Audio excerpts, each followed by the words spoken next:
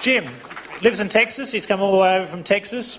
He's this is the description Ruth's written for me. Jim Marrs from Texas is a distinguished, award-winning investigative journalist and author who specialises in conspiracy-related subjects.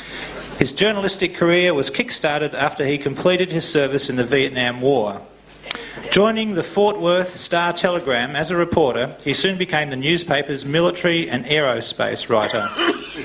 Among the subjects that Jim investigates are the JFK assassination plot, and he's even taught a course at the University of Texas for 30 years on the JFK assassination cover-ups.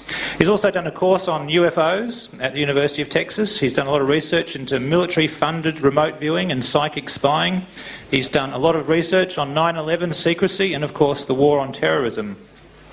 He's the author of a book called Crossfire, which was the book that Oliver Stone's movie JFK was based on. He's written Rule by Secrecy and another one called The War on Freedom.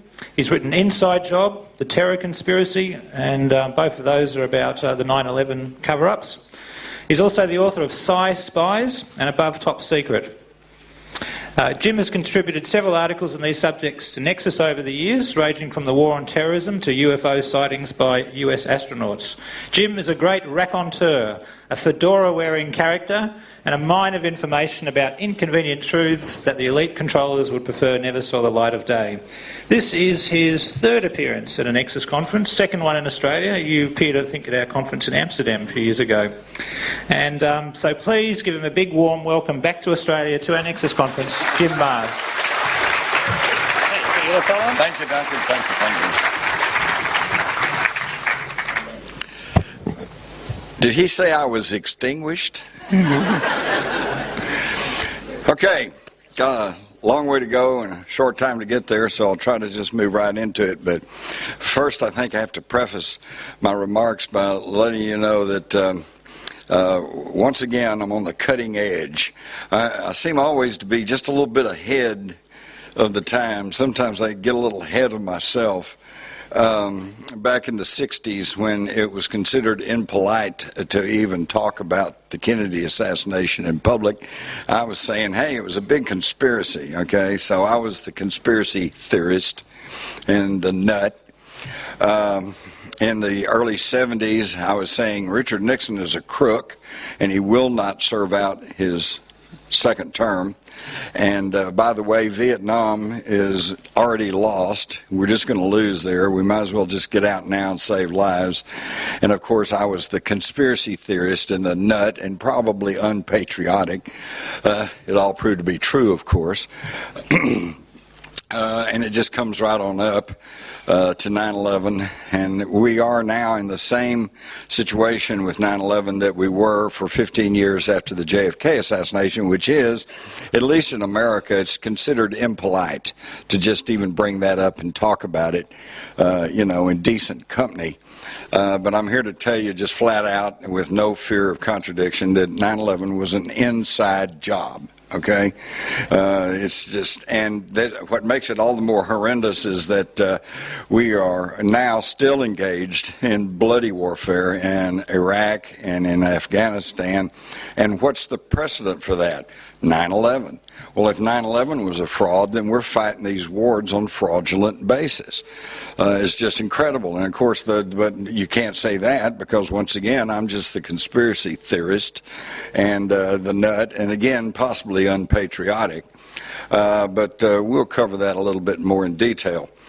So I've always been just a little bit ahead of the game, and today I'm ahead of myself here in Australia because I'm going to tell you about my latest book, The $1 Trillion Conspiracy: How the New World Order, Man-Made Diseases, and Zombie Banks Are Destroying America. The good news is that this book was released for publication on June the 29th, all right, just 2-3 weeks ago. The further good news is, as of last Sunday, it had already reached number 16 on the New York Times bestseller list. All right.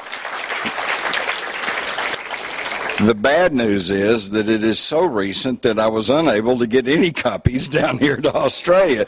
So, you can't get any. I am so sorry. But anyway, I'll give you a little preview, and then y'all can watch for it, because I'm very confident that within a few weeks or months or however long, you will be able to get the $1 Trillion Conspiracy down here. So, moving right along. There's the cover. And I'll tell you a quick little story. When they sent me the first rendition of the cover, it was exactly as you see here, except for the graphic. The graphic was a big picture of George Washington as he appears on the $1 U.S. bill. And I wrote him back immediately, and I said, you know, why are you laying this off on poor old George? George didn't have anything to do, you know, with what's going on right now. I said, if you want to really present a picture of what's going on, use the other side of the $1 bill where we have the Great Seal. Yeah, look, I think I can use this right up here, where we have the words Novus Ordo Seclorum, which when I was a kid they told us meant the new order of the ages. But Novos, of course, is new. Ordo means order. And seclorum comes from the root word Latin, that where we get the word secular, which means the material world, okay? So you can translate it as new world order. And and then you can see the mysterious all-seeing eye of the pyramid, the 13 steps. This is very Masonic, and that's another thing too. I'm going to encourage all of you. I'm going to tell myself I wasn't really aware that I was supposed to make 2 talks here. So tomorrow, Duncan put down that I'm going to talk about 9/11, but I'm going to cover the high points of 9/11 pretty much today, and then maybe a little bit tomorrow. But tomorrow, tomorrow, I would encourage you all to come see my presentation, because I'm going to shift it a bit, and I'm going to show you a little presentation called Hidden History. And I'm going to go all the way back to Atlantis and bring it forward to Barack Obama and show you who's been doing what and why, okay? So I encourage you to see that. The new book, The $1 Trillion Conspiracy, touches on the financial meltdown in the United States, and of course that has ripples all around the world. What caused this crash? Liar's loans, bad food and water, Codex Alimentarius. If you don't know about that, you better find out, because they were working very hard to take away your vitamins. If they get their way, working around, you know, making an end run through the United Nations and their Codex Alimentarius, you're going to find that you're going to have to go pay a doctor to get a prescription to get vitamin C. Biological weapons, and how that man-made diseases are now debilitating the entire human population, drugging the population, swine flu hoax. If you remember this time last year, we were all scared to death. The swine flu is going to get us, you know. Of course, I had already figured out the solution to swine flu. You know, you take an ointment. All right. I said I had a lot of them. I didn't say they were any good. Dumbed down education, and I'm sure this holds true in Australia as well as the United States. In fact, I will apologize in advance. Most of this talk, most of the things I'm talking about, were geared towards, of course, what's happening in America. But I feel very certain that, number one, you guys, and I tip my hat to every one of you, because just the sheer fact that you're here shows me that you got an open mind, open ears, and that you want to learn, you want to know what's really going on. And I'm sure you can find something that's I'm talking about that's mostly pertaining to America, but that you can also and equally apply here in Australia. And while I'm on it, I just feel great to be back in Australia. I love Australia, and despite the winter weather, weather. I love it. In Texas right now, it's like 100 degrees Fahrenheit. All right, and so this is heavenly to me. I love it. Everybody, I'm running. Oh, I'm cold. You know, you're cold. You know, this isn't cold. This is great. I started to go swimming yesterday until my common sense got the better of me.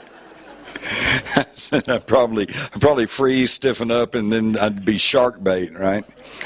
But I appreciate being here. I appreciate seeing all of you, and thank you all for coming out. And you have my utmost respect and honor simply because I know that each and every one of you in your own way are trying to find truth and trying to find out what's really going on. And in the same token, let me say, don't believe a word I say. Okay? I'm not asking for your belief. I'm not a politician.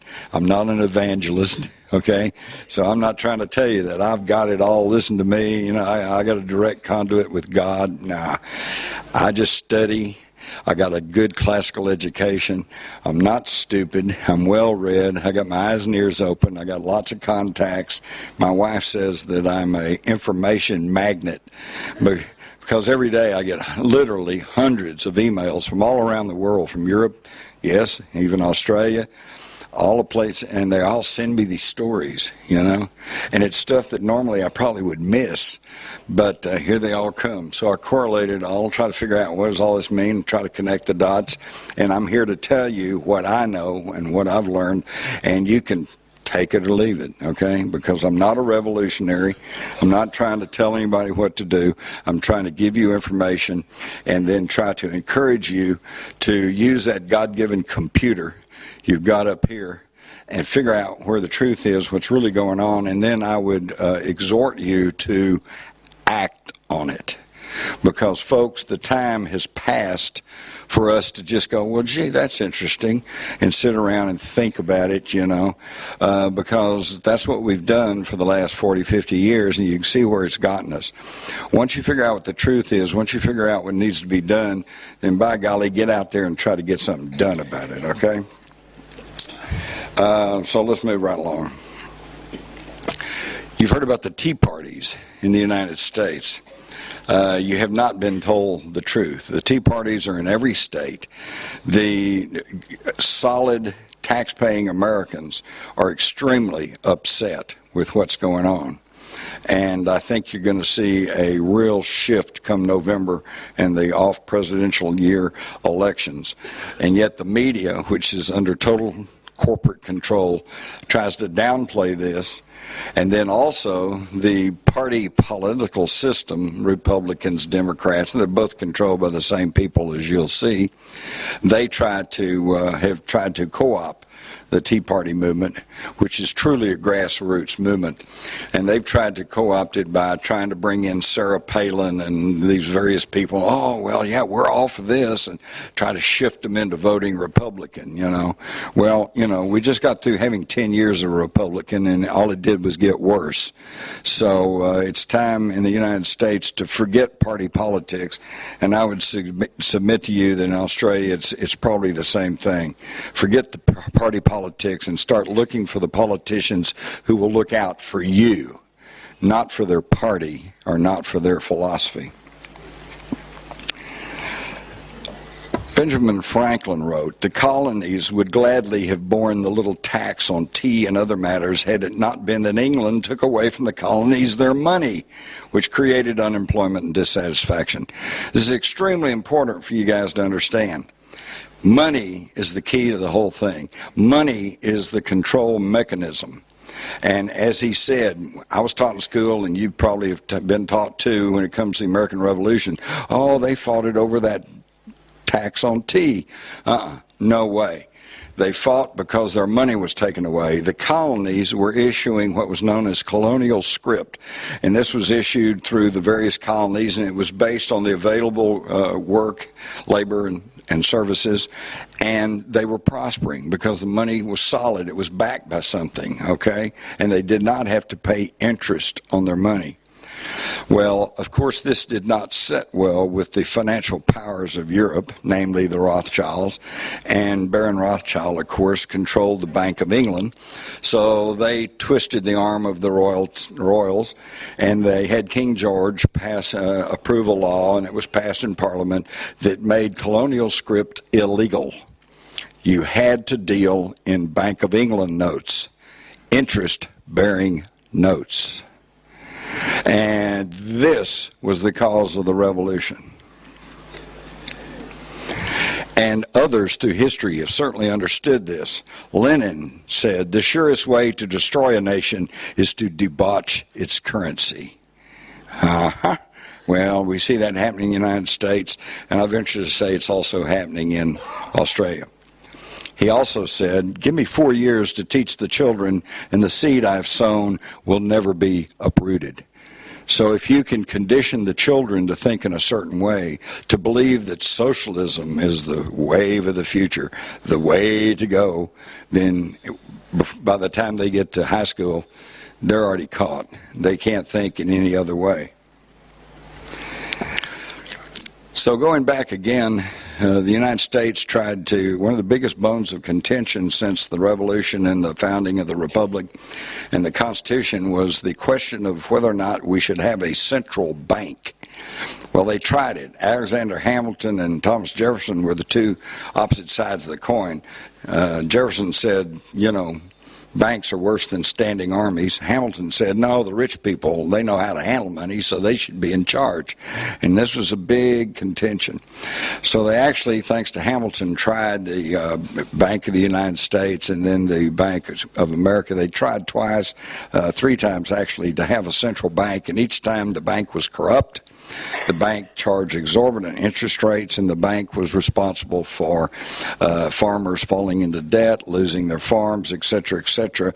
And, of course, by the 1830s, Andrew Jackson, the first president born west of the Mississippi, said, that's it, they're a den of vipers, and he did away with the central bank. For his trouble, they tried to impeach him, but he missed being impeached. Now, think about that. He gets impeached because he was shutting down a central bank. Bill Clinton gets impeached because he's having sex with an intern. Jeez. How far we have come. Okay. So all through the late 1800s, there was no central bank. I also might mention that twice in American history, 2 American presidents have tried to issue their own currency, not through the Federal Reserve System or through the international bankers, but by issuing it through their own Treasury Department. And one was Abraham Lincoln, who said, in effect, that issuing money was one of the key privileges of government. Okay? So he issued greenbacks, non-interest-bearing notes, to finance the war between the states. The other president was John F. Kennedy, who in June of 1963 issued $4.2 billion in United States notes. I have a couple of examples of this, of a $5 bill that was United States note. It's got red ink on it. It does not say Federal Reserve note. It says United States note. This was money issued through the Treasury Department. What's the difference? $5, $5. The worth of it is not any different. The difference is that through the Federal Reserve System, you have to pay interest on the money. You issue the money through the Treasury Department, you don't pay interest on the money. And if you know anything about finances, you understand that the biggest bulk of the yearly budget of the United States goes to, quote, retire the national debt, which is a fancy way of saying paying interest on the money we owe. And I don't think that it was some sort of coincidence that both Lincoln and Kennedy were shot in the head in public. This is what happens when you mess with the moneyed people. We got the Federal Reserve System through this man, Paul Warburg, a German banker, who came to the United States and participated in 1910 in the meeting at J.P. Morgan's hunting lodge on Jekyll Island off the coast of Georgia, where he met with the big bankers, and they said, we've got to set up a system. And they said, but we cannot call it a central bank. So what emerged from that and was finally passed into law on December the 24th, Christmas Eve, with most of the Congress away for holidays and everyone clearly distracted by Christmas, and they rammed through the Federal Reserve Act in 1912. This created the Federal Reserve System. Now, the way it works is pretty simple. Congress authorizes debt. Congress says, okay, we need more money, so let's issue another $100 million. So then once they authorize this debt, then the Federal Reserve System spends a few $100 on paper and ink and prints up $100 million and distributes it out through the country, through their 12 regional banks. Now they turn around and charge the government. Do they charge the government for the few $100 they spent on the paper and the ink? No. They charge the government for $100 million. And we have to pay the interest on it. It's just nuts. And here he is as head of the first Federal Reserve Board of Directors. Now what's interesting is that as war clouds gathered in 1915, 16, and 17 came and the United States got involved in World War I, it was Paul Warburg, the German banker, who was put in charge of loans and of war bonds and of the finances for World War I. Meanwhile, in Germany, his brother, Max Warburg, here he is, was head of the Warburg Company, principal stockholder in Germany's Reichsbank, which was financing the German war effort in World War I. Max Warburg also was a co-founder of IG Farben, and I don't have to tell you that IG Farben at that time was the largest chemical combine in the world and went on to become one of the major foundations for Hitler and the Third Reich. It was also Max Warburg who, operating in a capacity as an intelligence chief in Germany, helped arrange the sealed railroad car that passed through wartime Germany and took Lenin into Russia to take over the Russian Revolution for the Bolsheviks, which became the communists. The theological head of the communists was in Trotsky, was in New York, working for Wall Street capitalists and living on Rockefeller land rent-free.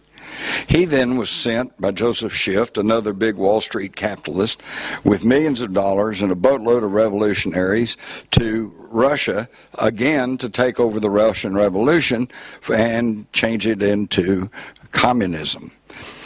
Interestingly enough, the boat was stopped in Halifax, Nova Scotia, and the Canadian authorities said, wait a minute, we know you, and we know that you've already publicly stated that you're going to Russia and you're going to take Russia out of the war, which is going to free up millions of German soldiers to come over to the Western Front and face our Canadian boys.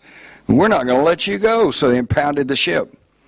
Well, the American president, Woodrow Wilson, said, no, wait a minute, here's a passport. He's acting as an American under the protection of the American system, and Winston Churchill, who at this time was Lord of the Admiralty, said, no, that's all right, let him go. So what I'm telling you is these globalist financiers created communism in the East, in Russia. And I think the game plan was to create a socialist East pitted against the capitalist West for conflict that would result in maximum control and profit. It got sidetracked, as we'll see, but then it finally picked up after World War II, and this is what we came to know as the Cold War. But this was a little bit early, and so there they were. But what happened was, and here we see Lenin, he passed through Trotsky, okay, I've already told you this, and they were all financed from the West. Lenin even once wrote that apparently he finally came to realize that he was not in total control, because he once wrote that the driver turns the wheel but the car doesn't go the way he wants it to go. And I think he was trying to tell us that he was not in control. It's these financiers that are in control. And even in America back then, when we had a better education system and a truly free and unfettered media, I think people understood this. This is a editorial cartoon from 1911, and it shows George Perkins of the banker shaking hands with Karl Marx, along with Andrew Carnegie and John D. Rockefeller and Teddy Roosevelt and all these other Wall Street people, see? So they understood what was going on. We don't, because we're never taught this. The 10 steps that became enshrined as the Communist Manifesto You can read them for yourself. This was the basis of socialism. Socialism is defined as the control over the production and distribution by the public, by the people. Well, of course, nobody ever gets up in modern times and says, I want to be dictator and I'm going to tell you what to do, because nobody vote for them, right? So it's always in the name of the people. Communism for the people. The Socialist People's Republic, okay? This was later picked up by the Nazis. This was almost identically their platform. It was all a form of socialism. What happened was Stalin took over after Lenin died, and they began to form. He became a total tyrant. They didn't have good control over him. They set up the Internationale, and the next thing you know, there were very strong communist parties in France and Italy and England, and yes, even in the United States. And the capitalists became fearful. Oh my God, they're going to take over the whole world, you know. International communism. Same thing that some of you older folks, we all lived through that. That was the big boogie bear. Okay, the communists are going to take over. Okay, and that's why we fought in Vietnam, you know, domino theory. If they take over Vietnam, the next thing you know, they'll be taking over the Philippines, then they'll take over Australia, and then they'll be on the west coast of the United States, okay? So that was the whole cause celebre during most of the 20th century, was to stop international communism, even though it had been started by the capitalists. And why would the capitalists start a system that was the avowed enemy of capitalism? Because if you start the whole thing and you fund it, then you control it. That's why they weren't afraid of it. But they got afraid of it when it's threatened to go worldwide, because they didn't want one world communism, because then they couldn't control it and couldn't pit one country or economic bloc off against another. So they reached into the only country that was in a position to stop the military spread from Russia, which was Germany. And they found a German army intelligence agent named Adolf Hitler, who was reporting back to his captain, making a few extra bucks by being an intelligence operative for the German military. And he said, hey, I infiltrated this little party called the German Workers' Party. And I might digress a minute to point out to you, because I hear all the time, I'm just one person. What can I do? Well, let me tell you something. When Hitler went to the first meeting of the German Workers' Party that he attended, guess how many people were there? 9. 9 people. And he took over, and before long became head of the German Workers' Party, and from then on, you know what happened after that. So I don't want to hear this, I'm only one person, what can I do? Get 8 friends and start doing something, all right?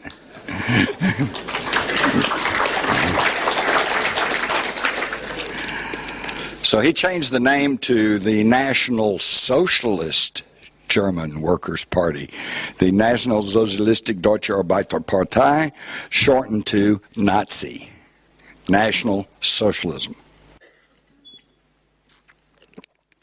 This was carried on, we'll see, during the Bush administration. Of course, they couldn't call it National Socialism. That had bad connotations. So they called it neoconservatism. The neocons. When you hear about the neocons, just understand we're talking about National Socialist. That's what we're talking about. And Hitler then was put into power, funded through the Bank of International Settlements by Dillon Reed, the National City Bank, which, by the way, in the 30s, the chairman of National City Bank was John J. McCloy. Okay, and they were the largest lenders of money to Nazi Germany. Union Banking Corporation was another American bank out of Chicago that was very instrumental in laundering Nazi money, providing funds to the Nazis, and guess who the director of Union Banking Corporation was that was in charge of that? Prescott Bush, the grandfather of George W. Bush and the father of George Herbert Walker Bush. And in fact, in late 1942, halfway through World War II for America, he was actually prosecuted by the federal government of the United States under the Trading with the Enemies Act, stripped of his holdings in Union Banking Corporation and the American Hamburg Steamship Line, which, by the way, he sat on the board of directors along with Max Warburg. All right, and this, the American Hamburg Steamship Line, was the largest company that was bringing Nazi saboteurs, propaganda, and money into the United States. So he was stripped of his holdings and fined a few $1 million and basically slapped on the wrist. And but nothing much was said about that. Why was that? Because in the summer of 1942, Prescott Bush, who might have been an evil, money-changing Nazi financier, but he was not stupid. And he undoubtedly knew that they were looking into his business dealings. So what did he do? He was instrumental in founding the United Service Organization, the USO. And for some of you older folks who might still remember World War II, the USO was just beloved by all of the servicemen because that's where you went to get a little taste of home. That's where you went to meet girls who would serve you coffee. The USO club in Hollywood had the stars would come. I mean, it was a huge part of the civilian war effort. And just think about it. How could they possibly, in the middle of World War II, announce that the founder of the USO was actually a Nazi financier? You know, it would have been a propaganda disaster, so that's how Prescott Bush skated out from under all these charges. But so they had tremendous support in the United States. And here we can see the men in the companies behind Hitler. Of course, naturally you'd find IG Farben and Zeiss, Bosch, Daimler-Benz, Siemens, Krupp, Alliance AG, the giant insurance company, which is still the world's largest insurance company today. In fact, was part of the insurers of the World Trade Center. Okay. And their big claim to fame was that during World War II, they actually had insured the Nazi concentration camps against damage by the inmates who might want to tear down a fence or, you know, commit some dastardly deed. We also see that attorneys for the Nazi Schroeder Bank, another major principal funder from Hitler, was the New York law firm of Sullivan and Cromwell, and the lawyers that were representing the Nazis were John Foster Dulles and Allen Dulles, who went on to become head of the CIA. So once Marxist socialism threatened to go worldwide, they created National Socialism in Germany to try to put a stop to it. But they created another Frankenstein monster, because when Hitler took over Germany in early 1933, Germany was on its knees financially. The money was in hyperinflation. You all remember the stories. They had to have a whole wheelbarrow load of money just to buy a loaf of bread. Half the population was out of work. They were in dire straits. Within 2 years, by 1935, Germany was booming. Why? Because Hitler started public works projects like the Autobahn and building buildings and all like that. And he did not borrow interest-bearing money from the international bankers. He created his own money through the Deutsche Bank, the Reichsbank, and interest-free money. And that's why they then decided, after creating Hitler and the Nazis, they decided they had to stop him. Winston Churchill laid it out when he said, "You must understand that this war is not against Hitler or National Socialism, but against the strength of the German people," meaning the economic strength of the German people, which must be smashed once and for all, regardless of whether it's in the hands of Hitler or a Jesuit priest. They didn't care who was in charge. They actually liked National Socialism, as we will see. But Germany was becoming too powerful, and the financial wizards in the City of London and in Wall Street did not want Germany leading the world economic order, so they had to pool the resources of 26 nations to stop Hitler. And now that leads us to the rise of the Fourth Reich, and that's another book I have. You might find that at your local bookstore. This is The Nazification of America. And it starts by debauching the money. You now have the Federal Reserve System, which is America's central bank. Early on, they said we must never refer to it as a central bank. And now, starting about 10, 15 years ago, all of a sudden in the news in the United States, they just said The central bank today announced raising interest rates, blah, blah, blah.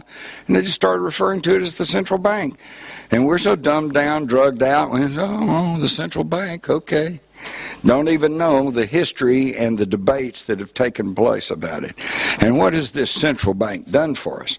Ben Bernanke, chairman of the Fed's Board of Governors, was asked about the Great Depression of the 1930s, and he said, well, yeah, you're right, we did it. We're really sorry.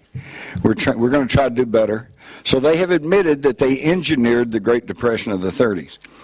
In 2009, when he was asked before a congressional committee what happened to $500 billion in U.S. tax-backed credit swaps to foreign banks, he says, I don't know. Gee, I had it when I came in.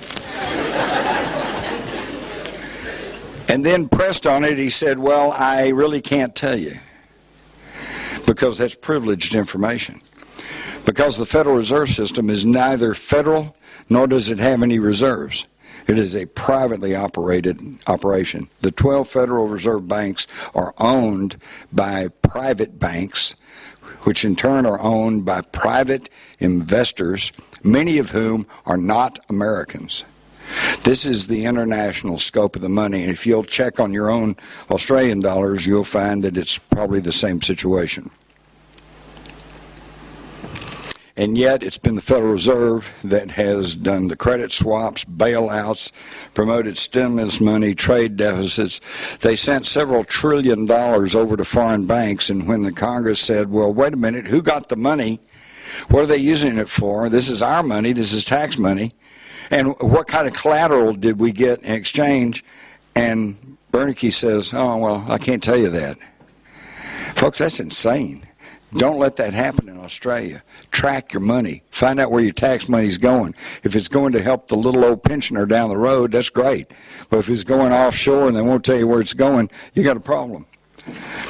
Now, in April 2009, at the G20 conference, G20 being the 20 nations that have signed up for this economic regulatory entity, they all signed on for the Financial Stability Board. Look that one up. The Financial Stability Board is supposed to regulate and coordinate all of the world's and the various nations' economies to make them all kind of come into line and operate in a similar fashion. It used to be called the Financial Stability Committee, and it was a branch of the Bank for International Settlements. Yes, that's right, the old Nazi-dominated bank. So now the Nazis are getting control over the money supply. Remember what Lenin said? The way to destroy the nation is debauch the money. The Financial Stability Board now governs the Federal Reserve Board, the Securities and Exchange Commission, Commodities Trading Commission, and several others. And under the new health care plan just passed in America, which is the most god-awful thing I've ever heard about, not that I'm opposed to health care, I think everyone deserves to have some minimal health care, but there's other ways of doing things. Early on, Barack Obama campaigned on the idea of single payer, something similar to what Britain does or Canada, okay? And yet, soon as they started seriously talking about health care, first thing he did was saying single payer, that's off the table. We're not even going to talk about that. What a scumbag. Typical politician. You know how you can tell if a politician's lying to you? His mouth's moving.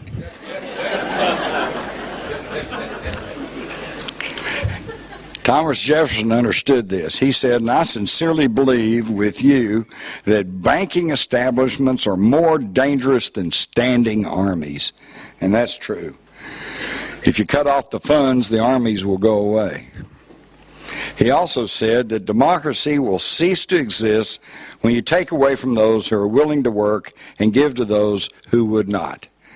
And this has been proven true throughout history. Again, I'm not necessarily opposed to socialism. We have our own socialist programs in the United States, Medicare, okay, Social Security, and there are certain programs that need, there are certain things in every country that need to be socialized so that you take care of the poor, the destitute, the people. You know, even Jesus said the poor are always with us, and I assure you he was not just talking about people who didn't have anything in their pocketbook, okay? There's always somebody that needs a little help, and we need to see that they're taken care of, but not in the way that these international globalists are trying to make it work.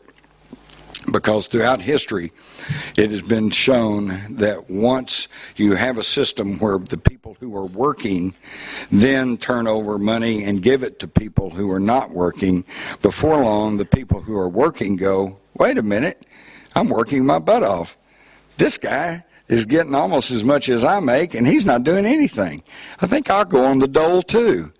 And pretty soon, the numbers of people who are working shrink, and the numbers of people who are not working grow, and then you have a real problem, because how are you going to pay for all of that? So you have to find middle ground. So to America today, we're turning into a zombie nation. All right, how can I say that? Very easy.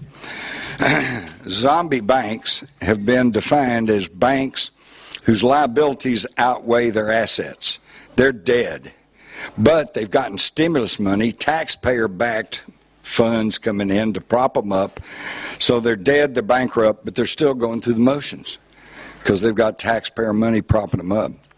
Well, as a nation, America is broke. We owe, depending on who you want to listen to, between 12 and 15 trillion dollars.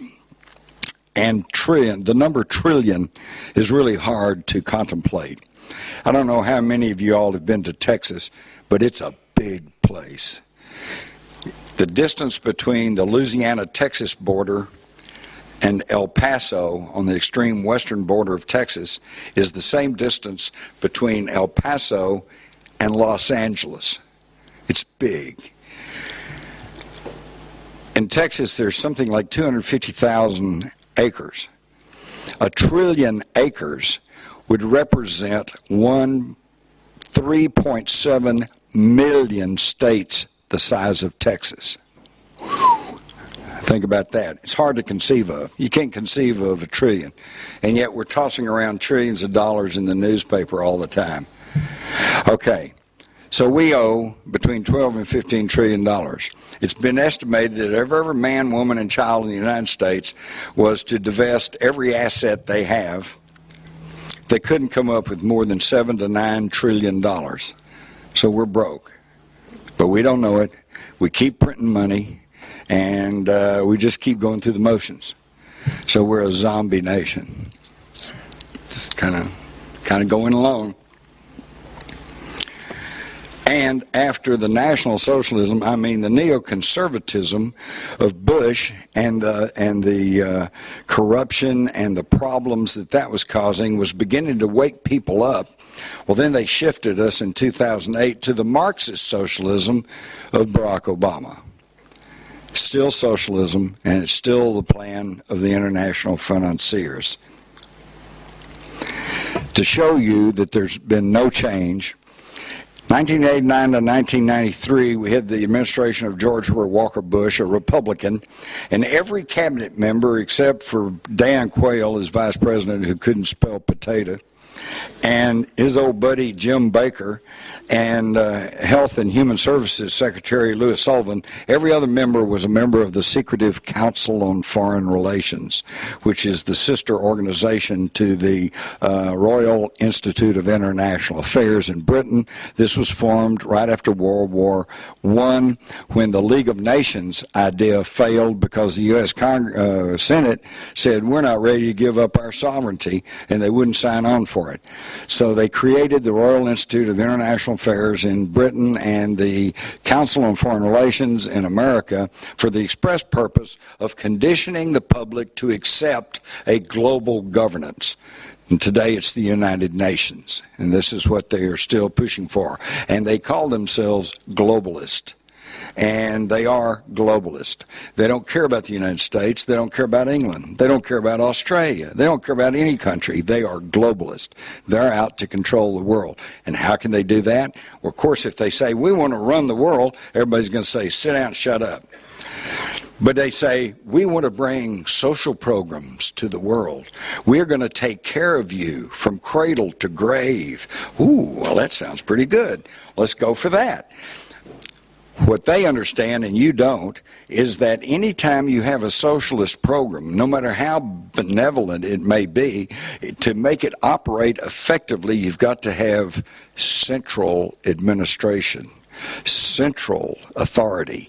And these people know they have the wealth and the power to buy up the central authority, and then what have they got? Control of the world, the oldest agenda in mankind's history. So all of Bush's cabinet were Council on Foreign Relations people. But then from 93 to 2000, we got the Clinton administration, a Democratic administration. Oops. All members of his cabinet, except for Defense Secretary William Perry, Council on Foreign Relations. Okay, but then we voted in a Republican administration, George W. Bush, George Bush's son, another neocon or another National Socialist. Look at his cabinet. Dick Cheney, Colin Powell, Condoleezza Rice, Donald Rumsfeld, Robert Gates, Elaine Chao, Christine, all Council on Foreign Relations. So what's changed? But now we got Barack Obama, go-go dancer in the 80s, smooth-talking young man, a man of color, a man who promises change. Whoa, and let's look at his cabinet. Oops, Robert Gates is still on there, but now he's Secretary of Defense. And we got Janet Napolitano, Bill Richardson, Susan Rice, James Jones, Timothy Geithner, Larry Summers, all Council on Foreign Relations. What's changed? Nothing. The rich party is still in power. And they're going to stay in power as long as they can control the masses. And this is why you never hear an American politician today refer to the republic. Because we are no longer a republic. We are an empire. And all they can talk about is democracy. We got to go to Iraq and bring democracy. We got to go to Afghanistan and ensure democracy. We got to have save democracy, preserve democracy. Well, what is democracy? Look in your dictionary. It's ruled by the majority. Well, that sounds good on paper, but let's look at the reality of it. What is the classic example of democracy in action? A lynch mob. They say, majority says, hang him, so they hang him. That's not what we were given. We were given a democratic republic. So what's the difference? Well, in a democratic republic, you have to go through a series of laws and checks and balances. You have to give the accused legal representation. He gets to have his day in court. He gets to confront the evidence and witnesses against him. Okay? And if he's found guilty, then he gets an appeal. And if the appeal's turned down, then you can hang him. That's the difference. And it's going by the wayside. The Obama health care plan, I'm just not even going into this. That's going to cost $950 billion over the next 10 years. And where is that going to come from? Because as I've already pointed out, we're broke to begin with. And I'm sure you all don't care about the health care plan in Australia, so I'll skip on through, except I will mention that, as you well know, Obama has now nationalized and taken over the General Motors.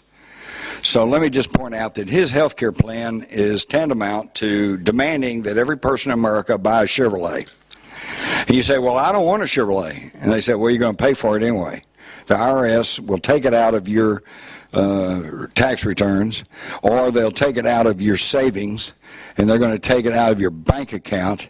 So you're going to buy that General Motors car whether you want it or not. And that's what we're getting rammed down our throat in the name of health care.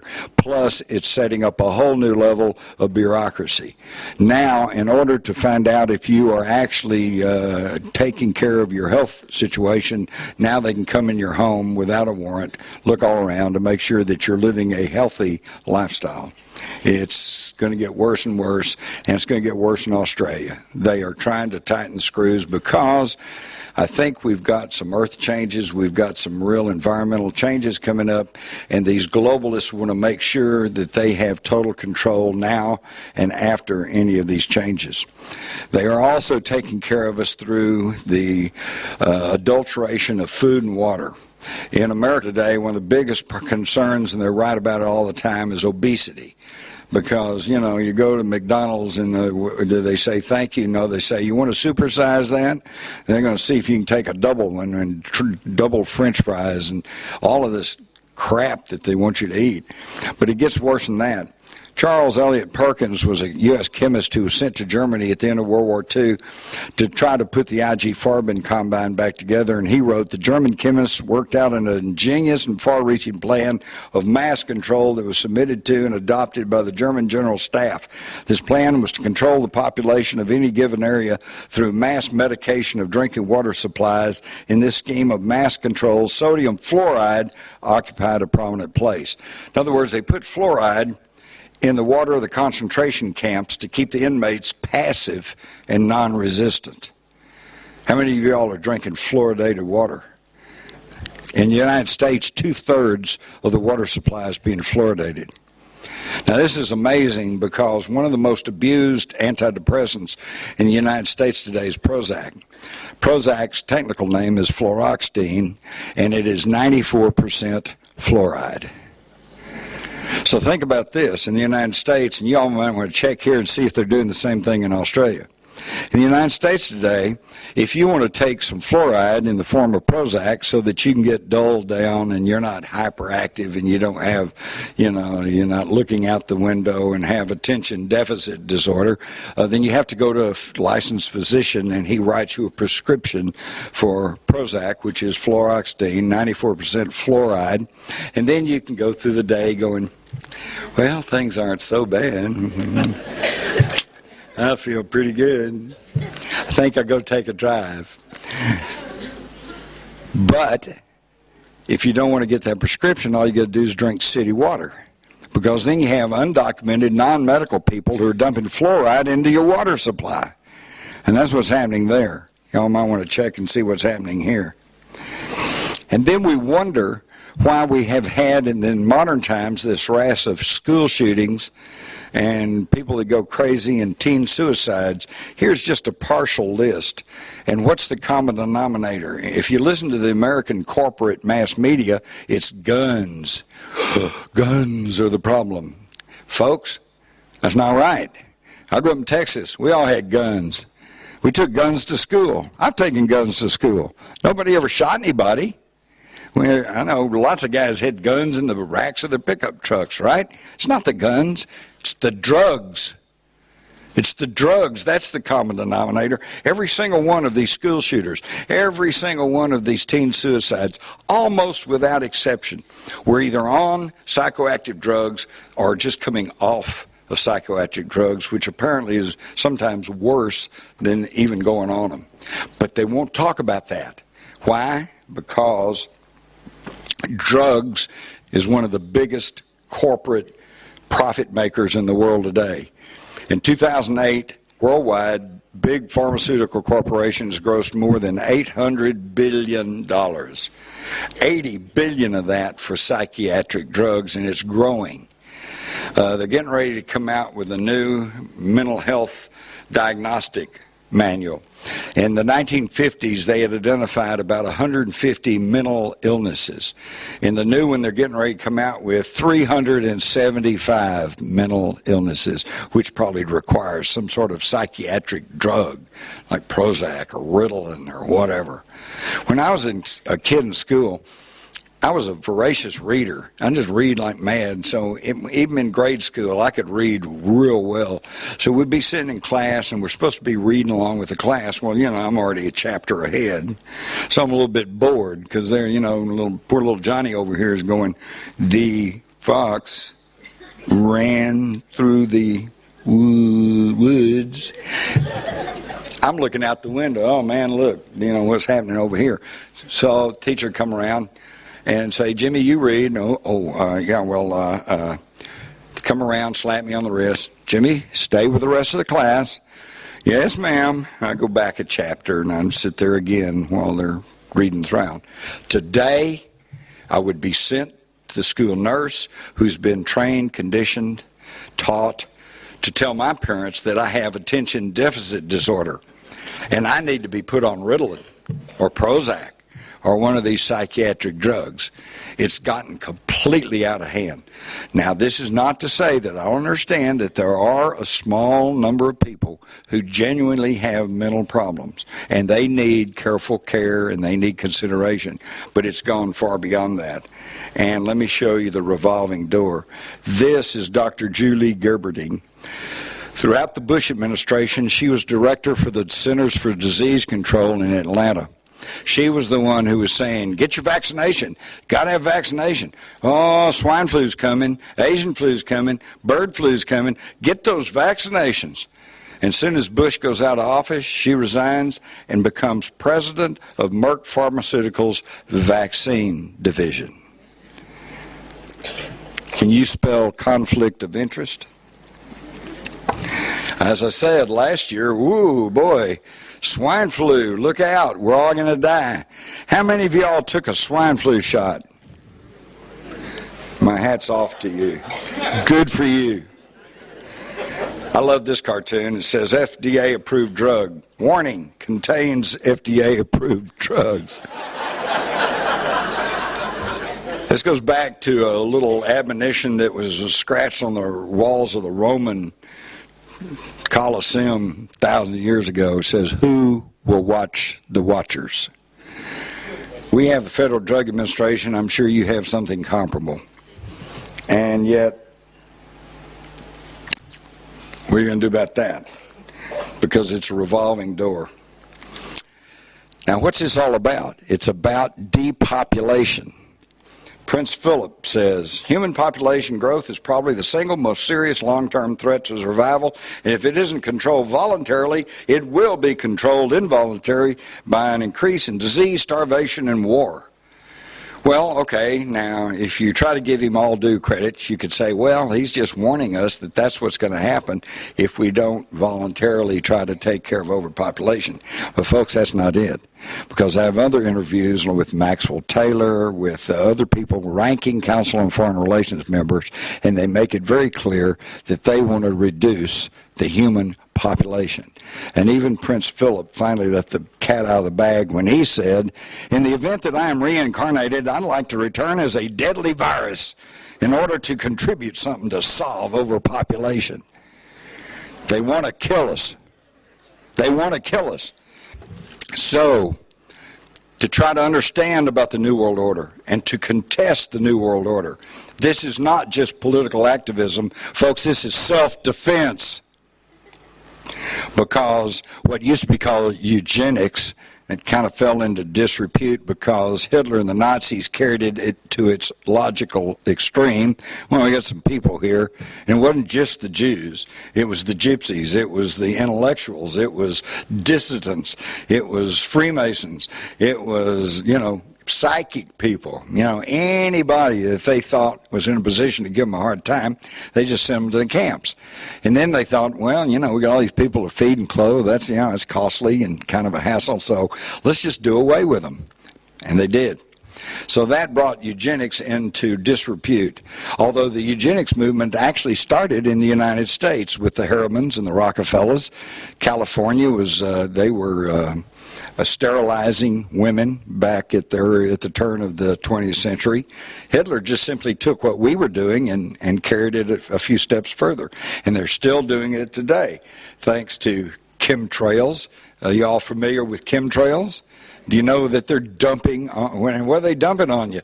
Aluminum oxide, barium, pathogens, vaccinations. They're telling you got to take these vaccinations, and I don't know about here in Australia, but last year everybody took, the dummies took this round of vaccinations, and then they came on the media and said, well, that really wasn't quite doing the job. I think it's mutated, so you need to go back and get another shot. And, get vaccinated too. Genetically modified foods. Dump that. And you know the proof of that is, do you all know about the Global Seed Vault in Spitsbergen, Norway? Some of you do. They have drilled into a granite mountainside and created a hermetically sealed vault, and they are storing every known seed that's known to man. And the sponsors of this are the Rockefeller Foundation, Bill Gates, who himself says vaccinations are the key to overpopulation. And isn't that a great play on words? Because a lot of people hear him on television saying this, and they think, oh, what a great guy. He wants us to all get vaccinated, and so we'll all live a long time and we'll all be happier. They don't understand that Bill Gates understands about the vaccinations. It depletes your immunization system. You'll die off faster, and the world will be a happier place because there'll be fewer people. All right?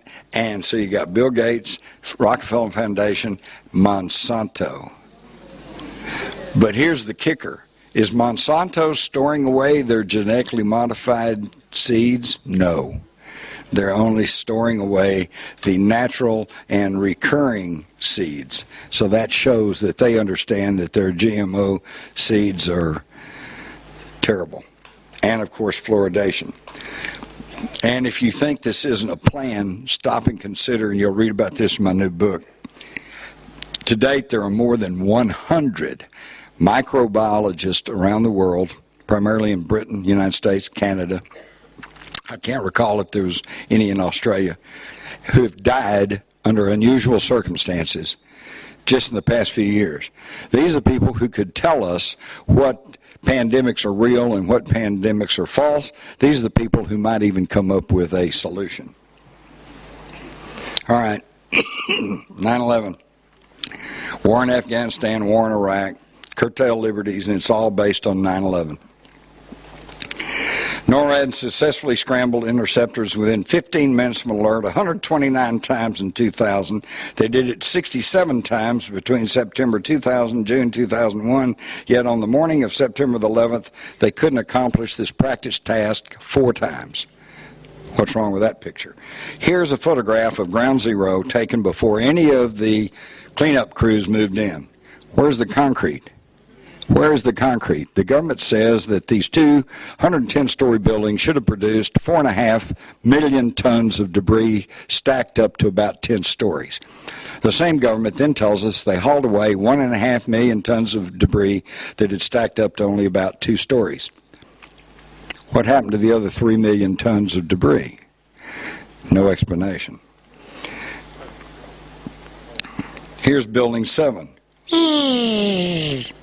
47-story steel reinforced building. It was not hit by any airplanes, and yet at 5:30 that afternoon it just drops, and most of the time you never heard about this.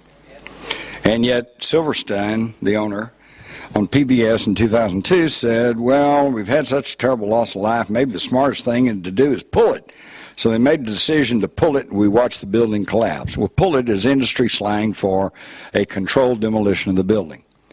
And, of course, then they tried to deny that. A spokesman for Silverstein says, no, he was talking about pulling the firemen out of the building. Well, that's horsepucky because the firemen had been pulled out of the building at 10:30 that morning. There were no firemen in it. In April 2010, this Jeffrey Shapiro wrote a piece for Fox News and called 9/11 theorist paranoid, delusional pack of lies. And yet, in his story, he said, based on the notes he made that day, that the New York Police Department and Con Edison workers told him that Silverstein had been on the phone with his insurance carrier to see if they would authorize the controlled demolition of the building. Well, that takes care of his excuse, saying he wasn't talking about a controlled demolition. Of course he was, and it came down. Boom. Boom. Controlled demolition. Here is an aerial shot of Building 7 in the circle, and here is the Verizon building over here, and over here is the United States Post Office. Look at that. It fell right in between them and really didn't even damage, seriously, those two buildings. That, my friends, is a controlled demolition. And notice how the walls are all falling in this way, this way. It was a building demolition. Here is the Windsor Hotel in Spain, which in early 2008 burned out of control for 2 days, totally gutted the building, but oops, look, didn't fall down. There's never been a modern steel reinforced building that's collapsed due to fire. And this is the one I love. Here is reporter Jane Stanley for BBC reporting live that the 47-story Salomon Brothers building close to the World Trade Center has also collapsed. And yet, see the era? That's Building 7. It was still standing. They got off their script just a little bit, about 30 minutes too soon. And yet they tell us that they had no idea it was going to collapse. Give me a break. And here's some other stuff which I'll skim on through, but this is very interesting. The explosion you see here on the right, that's the South Tower, the first one to collapse. Here's the North Tower. It's still standing. This is Building 6, which should be protected by the North Tower, and yet, look, it's already burned, scorched. Something's already happened to that. We have not been told the truth of 9/11. Here you can see that heavy steel beams, girders being thrown 300 and 400 feet into the air. How does that happen with a building that's simply collapsing? What causes these cars to be scorched blocks away from those buildings? What burned them? I thought it was just a building falling down. What flipped this car upside down? I thought it was just a building falling down. How's a building falling down a few blocks away flip a car upside down? What scorched these parking meters along Barclay Street? They said there were 30 of them, all bent over at a 30-degree angle, and their heads scorched and burned. What caused that? Not just a collapsing building. This is a good one. Look, these are steel girders that are sticking up in the air. This is all part of a film that was taken. And look, they don't fall over. They just disintegrate. What disintegrates steel? And we see the pyroplasmic cloud of the Trade Center as it explodes. And I say explodes because look at how it explodes upward at the top as well as exploding over. Oops, it looks very, very similar to an atomic explosion out in the desert. Now here's the clincher. You got to follow the money. I hate to say this, but at its most basic point, 9/11 was an insurance scam. The Twin Towers, which were built on Rockefeller land and early on were dubbed the David and the Nelson, were eyesores to most New Yorkers. They thought it broke up their beautiful skyline. They really never did like those towers. The towers were never completely filled. They were a money-losing proposition from the get-go. By going into 2010, they had a real problem. They were 30 years old. They were starting to deteriorate. They were owned by the Port Authority of New York. The Port Authority had already sought permission from the city of New York to tear the buildings down, and then they found out that they were half filled with asbestos. Oops, they couldn't tear them down. So 2 months before 9/11, Larry Silverstein and Wakefield Properties secured a 99-year lease on the World Trade Center for a total of $3.2 billion. Okay, but they didn't pay that money out right away. In fact, the only money that came out of their pocket was about $124 million to begin with. And then they did two things. First, they hired a company called Securicom to provide security for the World Trade Center companies. Securicom was headed by Wirt Walker III, as in George Herbert Walker Bush, okay, part of the Bush family, and sitting on the board of directors was Marvin Bush, George W.'s youngest brother. So the Bushes had control over the security of the World Trade Center. Next thing Silverstein did was go to insurance companies and obtain separate insurance policies on the World Trade Center with the specific demand, and they accepted it, that they would pay off in the event of a terrorist attack. Now, I challenge you to go to your insurance carrier and see if they will insure your house against terrorist attack. No, they won't, because they can't qualify it. They can't guarantee what's going to happen there. All right. So these insurance companies, by the way, were not State Farm Insurance. This was Alliance, Swiss Re, these giant world-class insurance companies, which now puts it into the hands of leading globalists who attend these Bilderberg meetings. We're at that level, and now you understand why you may never learn the truth about 9/11. 2 months later, boom, planes hit the World Trade Center, reportedly, and down they come. Larry Silverstein goes to court and says, well, there were 2 planes, hit 2 buildings. That's double indemnity. I want $16 billion. And the insurance companies argued with him, and they fought for less than a year. And they finally ended up awarding him $4.6 billion for a $124 million investment.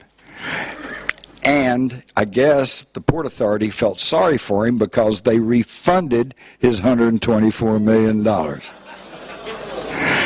Not a bad investment. Total profit, $4.6 billion.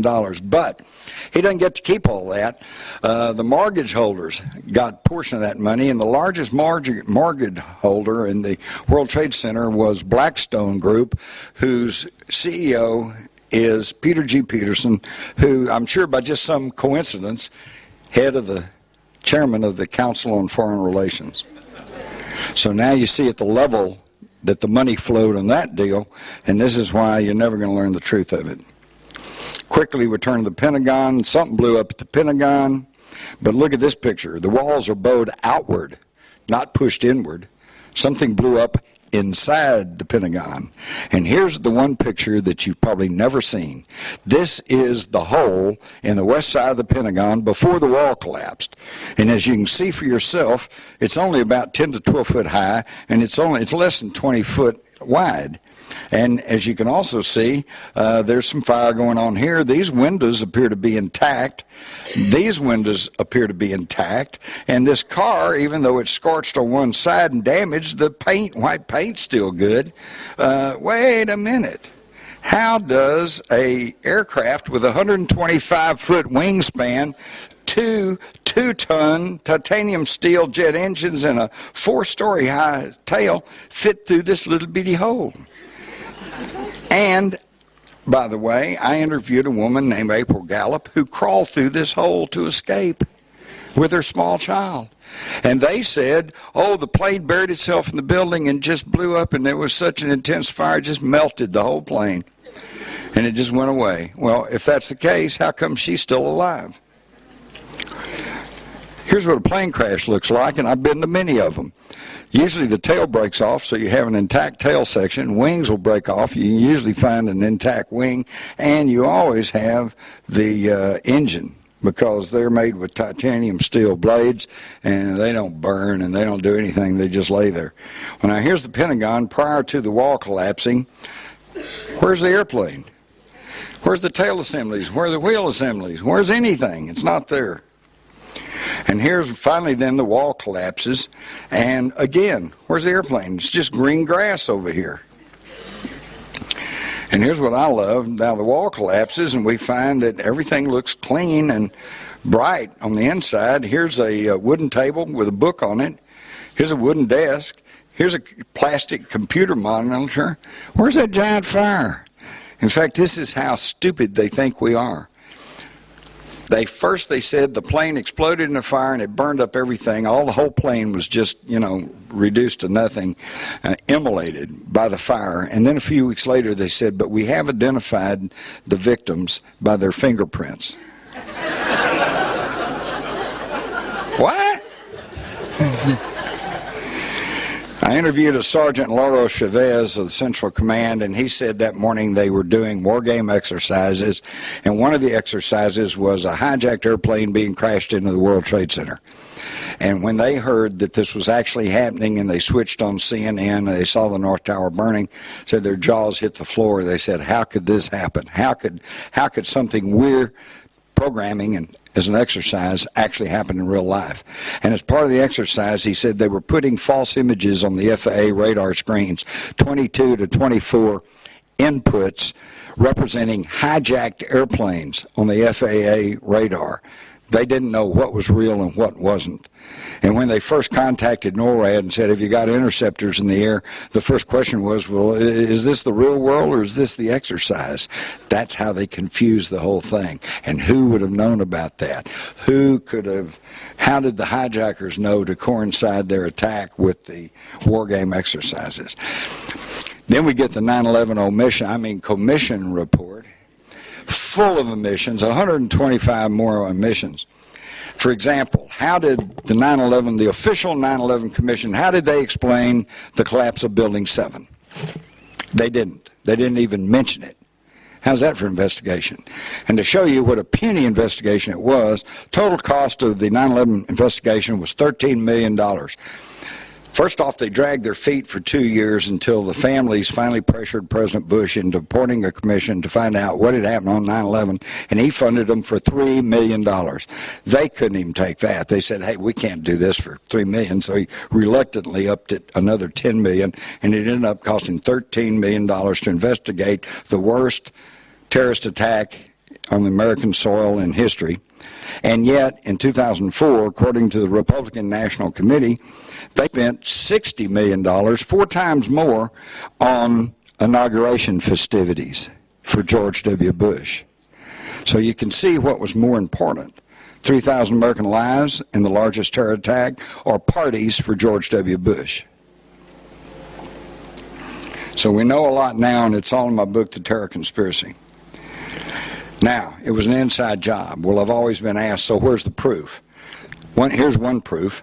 The senior counsel to the 9/11 Commission, John Farmer, last year published a book, and he wrote, in the course of our investigation of the national response to the attacks of 9/11, the commission staff discovered that the official version of what had occurred, that is, what government and military officials had told Congress, the commission, the media, and the public about who knew what and when, was almost entirely and inexplicably untrue. That's their own senior counsel. He says there was an agreement at some level of government, at some point in time, there was an agreement not to tell the truth about what happened. So, folks, I ask you, if the senior counsel of the 9/11 Commission, and by the way, the 2 directors too, Keene and Hamilton, they both have expressed questions and doubts about their own conclusion. Well, if the people who are in charge of the own government investigation says it's untrue and we have doubts about it, then why am I, conspiracy theorist, trying to raise question about what happened to 3,000 of my fellow countrymen?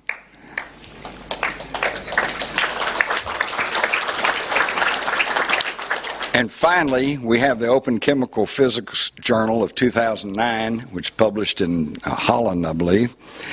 And in a peer-reviewed scientific paper, they concluded that in all samples of the World Trade Center debris, they found traces of an unreacted thermetic material incorporating nanotechnology and is highly energetic, pyrotechnic, or explosive material, thermite. And its nanotechnology counterpart, thermate, which is a military-controlled explosive only obtainable through the U.S. military. There's the proof. And yet, no American who watches TV or reads the New York Times or the Washington Post has ever seen this. It has not been reported on. So, what do? The reason we don't know anything is because the media in the United States is now under control of 5 corporations. Time Warner, Disney, Vivendi, Viacom, News Corporation, which is your own Rupert Murdoch, and Bertelsmann, the Nazi printer that was the largest publisher of Nazi propaganda to the German army during World War II, and they now are the largest publisher in the English language. My new book, The $1 Trillion Conspiracy, for the first time in my experience, I've had some canceled on me very mysteriously, but for the first time I was actually censored. I was on a phone conference with my senior editor. Luckily, my agent was on the phone, overheard everything. My senior editor said, I did not contract for this section. I want you to take it out. And I said, no, I think it's important people understand this and know this. It's fully sourced. There's no legal problem with it. He said, well, let me put it this way. If you don't take it out, I won't publish the book. And what section do you want me to take out? The section about how corporate media censors the news. So I said, you kind of proved my point, didn't you? And he tries to argue with me saying, oh, no, if I don't let you publish something, that's not censorship. It's only if you publish something and we don't distribute it.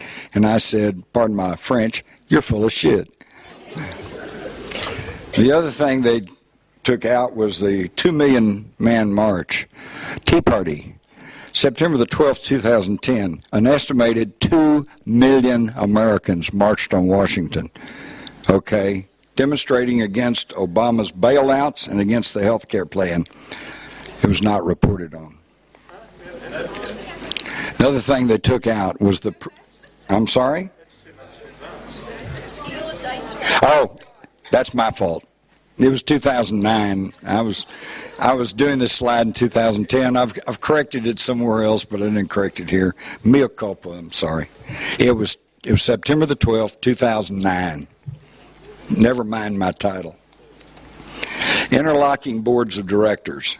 That shows who's actually controlling the media. They took that out. They also took out a false picture of Al-Qaeda. Al-Qaeda means literally the base. And early on I thought, well, it must refer to their headquarters somewhere. And yet Robin Cook, former leader of the British House of Commons, said bin Laden was armed by the CIA, funded by the Saudis to wage jihad against the Russian occupation of Afghanistan. Al-Qaeda, literally the base, was originally the computer file or base of thousands of mujahideen who were recruited, trained to help the CIA to defeat the Russians. So in other words, Al-Qaeda actually refers to the CIA database that they can draw on for mercenary Arabs to do whatever they pay them to do. The whole war on terrorism is a fraud. I haven't got time to go into it, but the explosions in Madrid, the bombings in London, 9/11, these were all false flag operations carried out by paramilitary organizations to create the idea that there is this huge international, Al-Qaeda terrorist group intent on slipping weapons of mass destruction into the United States. Well, folks, I'll simply ask you this. If that's true, then how come they have not done the one common sense thing, which is to secure the borders of the United States? They haven't done it. They still haven't done it. And we're still having problems. They could march a battalion of terrorists in through these sieves that we call the southern border and Canadian border of the United States. If they were serious about an international terrorist group, they would tighten up the borders. But they haven't done it yet, and they haven't done it now. Another thing they took out, I haven't got time to get into this, but the tantalizing evidence that Barack Obama is a young Muslim male who spoke several foreign languages, including Farsi, raised in Indonesia. He was a perfect recruit for the CIA. This explains how he's able to travel to Pakistan when no American with an American passport could get into Pakistan, and how he was able to move all around, how he was able to suddenly show up at Harvard with no particular academic background, and why he went to Columbia and said he was so popular and did so many great things at Columbia, and yet they interviewed 400 people in his class at Columbia. Not one of them even remembered him being there. And of course his school records and his birth certificate are still sequestered, kept from the public, and this is because it would have shown that he was a legend, a creation of the CIA. But I can't say that. The top censored stories of 2009, that was censored out too.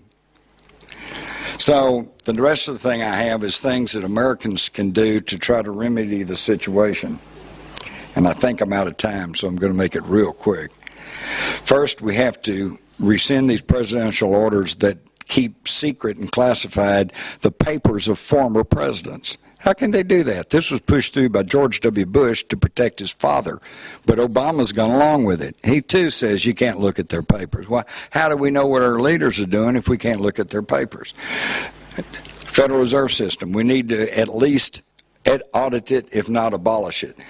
We need to remove Congress from the special federal employee retirement system and put them on Medicare and Social Security, and watch how fast they clean it up.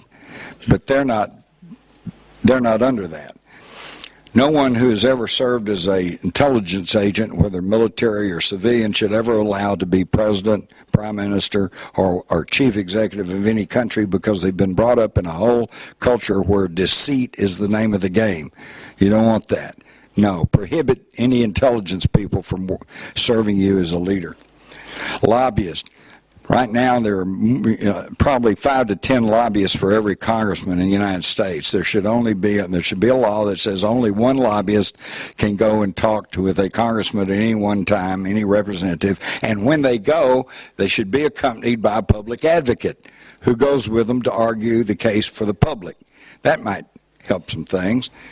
We need to curtail the lifelong judges on the Supreme Court, and while we're at it, we need to curtail the limits of senators and politicians who should not be in there. In America, they're not supposed to be permanent professional politicians. They're supposed to be citizens who go up and devote a year or 2 or 3 or 4 to serving as a representative of their public and then return to the private sector. Instead, they go up there, stay there for life. Ted Kennedy's a good example. But of course, the problem is that any of these reforms is going to require an act of Congress. Are they going to vote themselves to reduce their salaries, to put themselves on Medicare or Social Security, to put themselves and reduce their own tenures in office? No. So what do? I'm hoping, and there's a lot of people pushing, this year in November, we vote them all out. And you all might consider that if you get tired of what your parliament's doing here in Australia, vote them all out. Yeah, you're going to lose a few good ones. You're going to lose the bad ones. You're going to lose some in-between ones. But if you vote them all out one time, then you have shown them that you're boss, and maybe they'll start listening to you. And, of course, in America, we have a real problem because, to paraphrase Stalin, he says, I don't really care how anyone votes. I only care who counts the votes. And we have a real problem with electronic voting machines, and I'm not sure what the situation is here, but if you have electronic voting machines, you need to get rid of those because there's no paper trail and you have no guarantee that your vote is being counted. Need to return to paper ballots. Need to establish a real education system. No secret society members should belong to Congress or to your parliament because they take oaths of allegiance that supersede their oaths to their country and to you. We need to do away with the Patriot Act, which is nothing more than just an updated version of Hitler's Enabling Act. And we need to have no more cover-up commissions. And we need to enforce the 10th Amendment of the Constitution of the United States, which states that anything that is not power that is not specifically delegated to the federal government belongs to the people in the states. But let me tell you where we are, folks, and you're not hearing anything about this, but it's going to get worse. In Tennessee, they have passed a law that said if you own a firearm in Tennessee and it's not going out of the state or it's made in Tennessee, then you are exempt from federal firearms laws and regulations. Because the only reason that the federal government got involved in firearms was through a little clause in interstate commerce. If it's interstate commerce, then that gives the federals authorization to regulate and to pass laws. The gun dealers in Tennessee wrote to the Bureau of Alcohol, Tobacco, Firearms and said, wait a minute, what about this? And I have seen a letter from the head of the BATF to the gun dealers in Tennessee where, after blah, blah, blah, blah, he states, disregard the state law. So in other words, we are being turned into a central authority totalitarian state that supersedes any local representation. The same thing that the war between the states was fought about, and it's going to come to push and shove at some point. We need to uphold the Posse Comitatus Act, which says, that was passed in the 1800s, said you cannot use the military to police the civilian population. This is what police officers used to be, and I was always brought up to respect police officers. If you have a problem, go seek out a policeman. He'll help you out. And look today. Now they're dressed in German-style helmets and body armor and carry automatic weapons, and it's more like stormtroopers. Legalize pot. Legalize marijuana. There is so many benefits we could get from this. Australia, too. Little taxation would bring in millions and millions of dollars, and it's not hurting anybody. In the United States today, it is still illegal to grow industrial hemp that has no psychoactive properties. We import our hemp. How stupid is that? And now they've even ran through hate crimes. If you say something, you know, how many of you remember the childhood verse that sticks and stones may break my bones, but words will never hurt me, okay? Who's to determine what's hate and what's not hate? Forget that. If somebody attacks someone, if somebody steals something, try them. Throw the book at them. But just because somebody is prejudiced, stupid, you know, says bad things, you know, just ostracize them. Don't pass laws about it, because these laws can get out of hand real quick. And America is still the largest exporter of arms in the world, and then we talk peace. How hypocritical can you be? We need to curtail the arms industry. We need to curtail the pharmaceutical industry. Up until a few years ago, you never saw an ad on TV for drugs, and now that's just about all you see. And that's why you don't hear about the problems with drugs, because none of the media wants to antagonize their largest advertiser. Again, Codex Militaris, fight that. Fight that. We should be free to use anything that we want to on ourselves. It's our own lookout. And it comes down to, are we in America a nation of law, or are we a lawless nation? Well, that's what the birth certificate issue is all about. It's not about Obama. It's not about race. It's not about religion. It's about, do we follow the Constitution? Are we a nation of law, or are we a lawless nation? Unfortunately, it appears that we're a lawless nation. But to keep in mind that it's not fascism when we do it. And also remember, anything that's not voluntary is tyranny. And, of course, we still have some hope in the United States, because unlike Australia, we still have our guns. So get the $1 trillion conspiracy. You'll find out what's wrong and what to do about it. And I thank you for your time.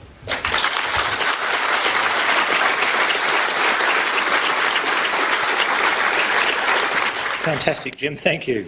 I just wanted to put a little rider on there in terms of Australian parallel situations. In some ways, we're a bit further ahead down the road than America. We've already got hate crimes. We've already got them. And one of the conspiracy agendas for the future of Australia, you might want to take this aboard. When I was doing some chin wagging with a guy called Peter Sawyer back in the 1980s, he was he was a public servant who had some whistleblowing activity going on, became high profile. One of the things he put in his newsletter and told me at the time regarding the future of Australia in terms of geopolitical structures, he said, this was in the late 80s, he said the plan for Australia that he'd been told was we would have a strong federal government, no state governments, all the councils would merge into super councils, and that we would get a consumption tax like a GST, which all came in. Now, I don't know whether you noticed what Kevin Rudd did and what a lot of the Liberal Party are doing, but they're basically nationalising and taking the powers away from a lot of the states and giving it to the federal bodies. So it looks good on the outside. You've got an educational curriculum which is standardised. You've got road laws which are standardised, accounting laws, health laws. In many ways you can see the practicalities. But one of the things a lot of people didn't twig with the mining tax that Kevin Rudd was very unpopular about was that was a tax which took the revenue from the mining companies and gave it to the federal government. At the moment, all the revenue from mining companies goes to state governments. So keep an eye on that. I was quite amazed when I saw super councils being formed and tested and being accepted. And there's more of that away, so I would say that agenda that we were told back in the 80s is the one that they're working on. And thanks, Jim, once more. Give him a hand on the way out. Thank you.